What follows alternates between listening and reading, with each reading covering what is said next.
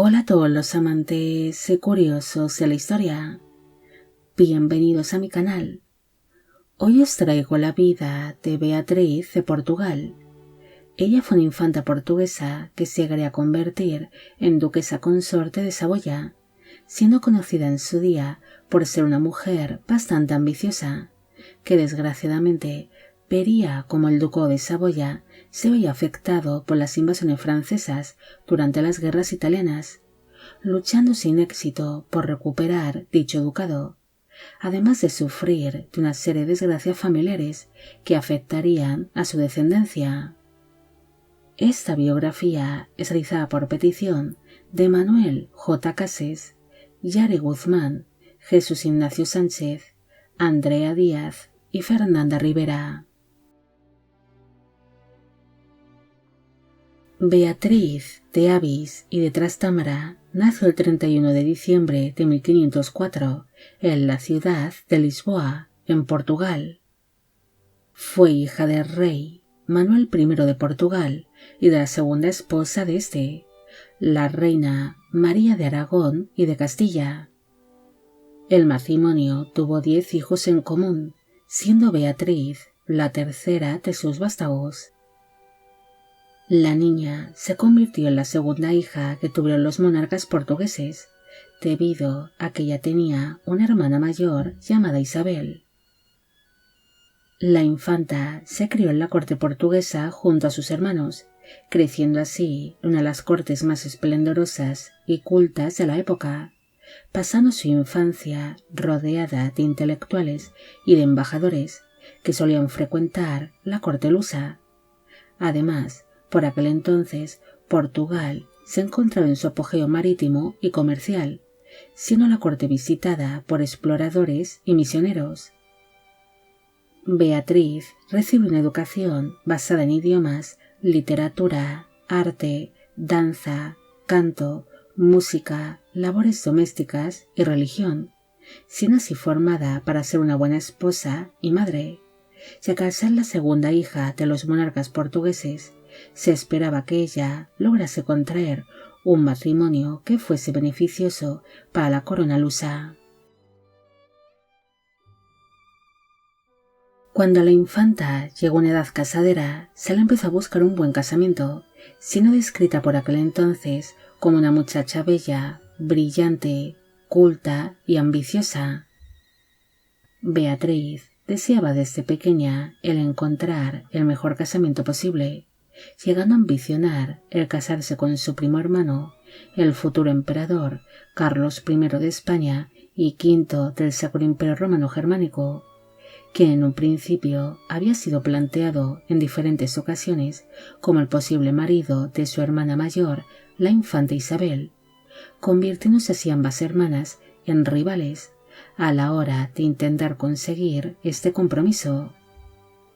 Finalmente, su sueño de convertirse en emperatriz consorte del Sacro Imperio no llegó a cumplirse, debido a que Beatriz acabaría quedando comprometida con el duque Carlos III de Saboya.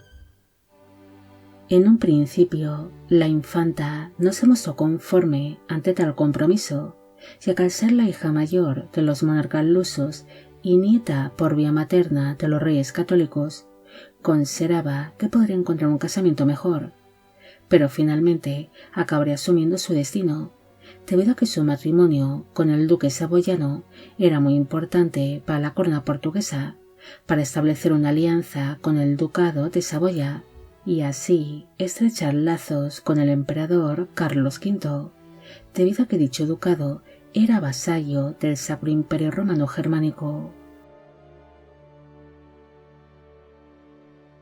Tras llevarse a cabo unas largas negociaciones matrimoniales con el ducado de Saboya, finalmente se acabaría celebrando su boda por poderes el 7 de abril de 1521 en la ciudad de Lisboa, y unos meses después la infanta inició su largo viaje hacia el ducado de Saboya, partiendo así junto a un gran séquito que transportaría la cuantiosa dote que iba a entregar Beatriz por su casamiento. El 29 de septiembre de 1521 se celebró la boda oficial entre Beatriz y el duque Carlos en la ciudad de Villefranche-sur-Mer, en el ducado de Saboya, actualmente en Francia. Para entonces, ella tenía 16 años de edad en el momento de la unión, y él 34. Su matrimonio sería muy celebrado por la corte y el pueblo saboyano, ya que el ducado estaba bien afectado por una serie de crisis al estar en medio de las guerras italianas, debido a que la península itálica se había convertido en un gran campo de batalla entre su cuñado Carlos V y el rey Francisco I de Francia, siendo vista la llegada de la infanta como un símbolo de paz y de esperanza. El casamiento de Beatriz y Carlos fue una buena jugada políticamente, ya que el ducado de Saboya no solo se fortalecía, sino que la llegada de la infanta portuguesa a Saboya le daría un más prestigio al ducado, además de que Beatriz entregó una importante dote por su matrimonio, convirtiéndose así en una consorte muy valiosa. Los recién casados establecieron su residencia oficial en el castillo de Chambéry, aunque también pasaron algunas temporadas en las ciudades de Turín y Rivoli. Su matrimonio sería considerado como estable, estando este basado en el respeto mutuo, pero no existía ninguna clase de sentimientos amorosos ni de pasión entre ambos cónyuges. Su unión sería únicamente política y de deber dinástico, empezando así pronto a traer a sus hijos al mundo, con el único fin de conseguir el mayor número posible de herederos varones. Un año después de haberse celebrado su boda, Beatriz alumbró al primer hijo que los duques tuvieron en común, naciendo así en el año 1522 un niño que se llamó Adriano Juan, pero este falleció con apenas 2 meses de vida. En el año 1523 nació un niño que se llamó Luis. Este llegaría a ser príncipe de Piamonte, pero falleció con apenas 13 años de edad. En el año 1528 nació Manuel Filiberto, quien llegaría a ser duque de Saboya. En 1529 nació Catalina, pero esta falleció con tan solo 6 años de edad. En 1531 nació María, pero esta falleció a las pocas horas de haber nacido. En 1532 nació Isabel, pero esta niña murió con tan solo 1 año de vida, y entre los años 1533 y 1534 nacieron 2 hijos varones que se llamaron Manuel, pero ambos fallecieron al poco de nacer. Pese a sufrir la pérdida de casi todos sus hijos, Beatriz brillaría en la corte saboyana, siendo descrita como una duquesa refinada y piadosa que había logrado establecer una corte humanista, intentando así imitar una corte tan refinada y culta como era la portuguesa. La duquesa seguiría estando muy ligada a su familia. Ella recibiría en el año 1531 por parte de su cuñado y primo, el emperador Carlos V, el condado de Asti, el cual sería posteriormente heredado por su único hijo superviviente, Manuel Filiberto, uniéndose así dicho condado al ducado de Saboya. En el año 1534, Beatriz conoció a su prima, la princesa Cristina de Dinamarca, la cual hizo una parada en la ciudad de Chambéry durante su camino hacia la ciudad de Milán, lugar donde se tenía planeado que se casase con el último duque de Milán, Francisco II Sforza. Unos meses después de haberse celebrado esta boda, dicho duque falleció sin descendencia, algo que ocasionó que Beatriz empezase a ambicionar que la jovencísima viuda se casase con su hijo mayor y heredero, el príncipe Luis, ya que este casamiento estrecharía aún más los lazos políticos y familiares con el emperador Carlos V, debido a que Cristina de Dinamarca era la sobrina favorita de dicho gobernante. La boda de su hijo Luis con la princesa Cristina no llegaría a celebrarse, debido a que su vástago acabaría falleciendo en medio de las negociaciones matrimoniales. Al poco de producirse esta dolorosa muerte, los franceses empezaron a invadir Saboya y Piamonte, por ser el duque Carlos III de Saboya un vasallo del Sacro Imperio, viéndose así la familia ducal obligada a refugiarse en la ciudad de Milán. Pese a perder a su hijo mayor y los dominios saboyanos, Beatriz mostraría siempre una gran ambición. No estaba dispuesta a dejar escapar una prometida tan interesante como era la princesa Cristina. Por esta razón, durante su estancia en la corte milanesa, le propuso a la joven viuda la posibilidad de que ésta se casase con su otro hijo, Manuel Filiberto, un casamiento que parece agradar a la princesa viuda.